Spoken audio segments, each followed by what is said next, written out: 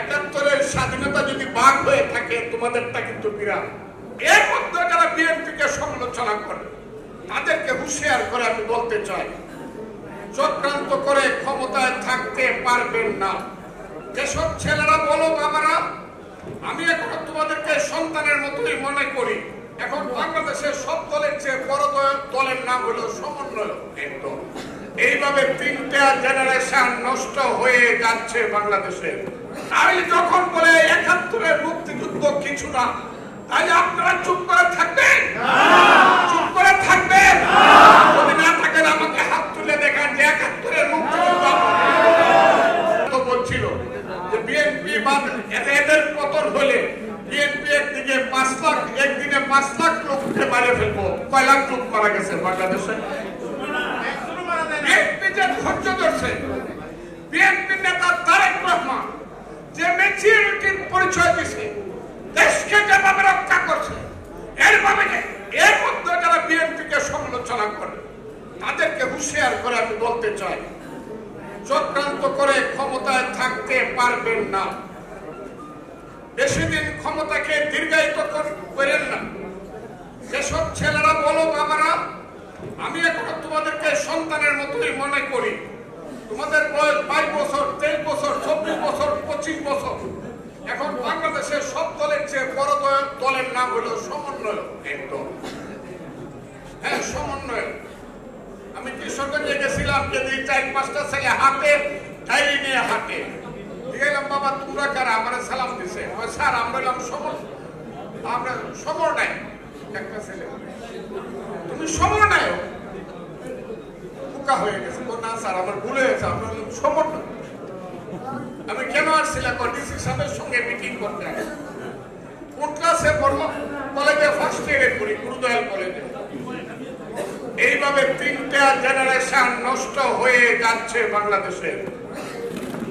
আমরা আগে মেট্রিক পরীক্ষায় লিখতাম এই মিড লাইফে ডাক্তার হতে চাই, ইঞ্জিনিয়ার হতে চাই, সমাজকর্মী হতে চাই। এখন ছেলেরা লিখবে সমন্বয়ক হইতে চাই।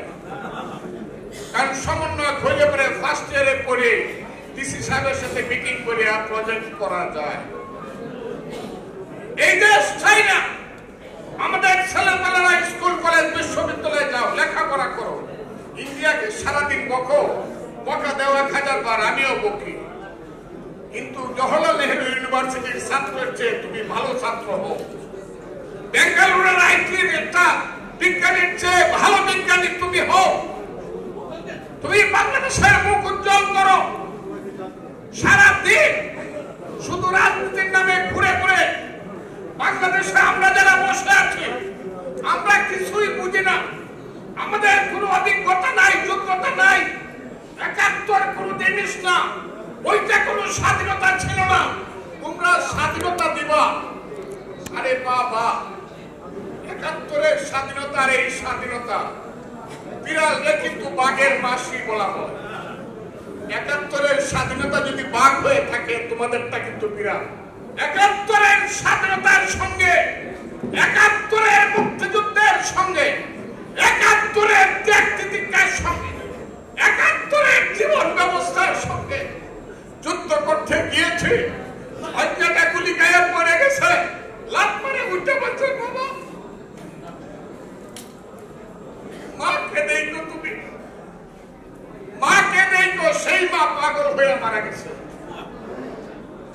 মুক্তিযুদ্ধ আপনারা বলেন, এই যে যুদ্ধে ৯টা মাস কাটিয়েছেন, বলেন তো দেখি মুক্তিযোদ্ধারা জীবনের যে শ্রেষ্ঠ সময়ে ত্যাগ করেছেন তার সাথে কোনো তুলনা হয় কিনা বলুন না দেখি। আপনারা কি সব ভুলে বসে আছেন নাকি? তাই যখন বলে ৭১-এর মুক্তিযুদ্ধ কিছু না, তাই আপনারা চুপ করে থাকবেন?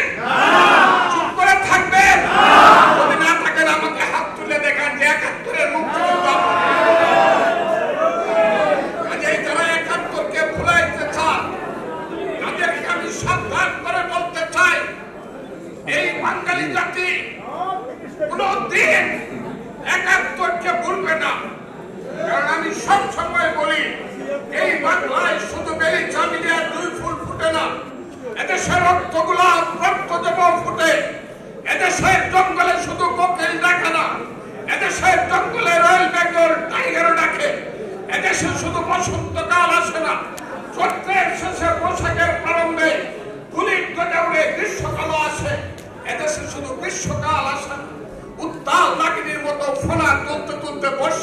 ভালোবাসে। এদেশে মীর জাফর জগৎসেন, ইয়ারউদ্দিন রাজুল্লাহ রাজবল্লভ আর আলবদর রাজাকার জন্মগ্রহণ করে না, যুগে যুগে জন্মগ্রহণ করে সিরাজ মীর মদন মোহনলাল সূর্য সেন ক্ষুদিরাম শহীদ জিয়াউর রহমান আর মুক্তিযোদ্ধাদের মতো বীর সন্তান এই দেশকে কেউ ধ্বংস করতে পারবে না। এই দেশ স্বাধীনতার পথে থাকবে।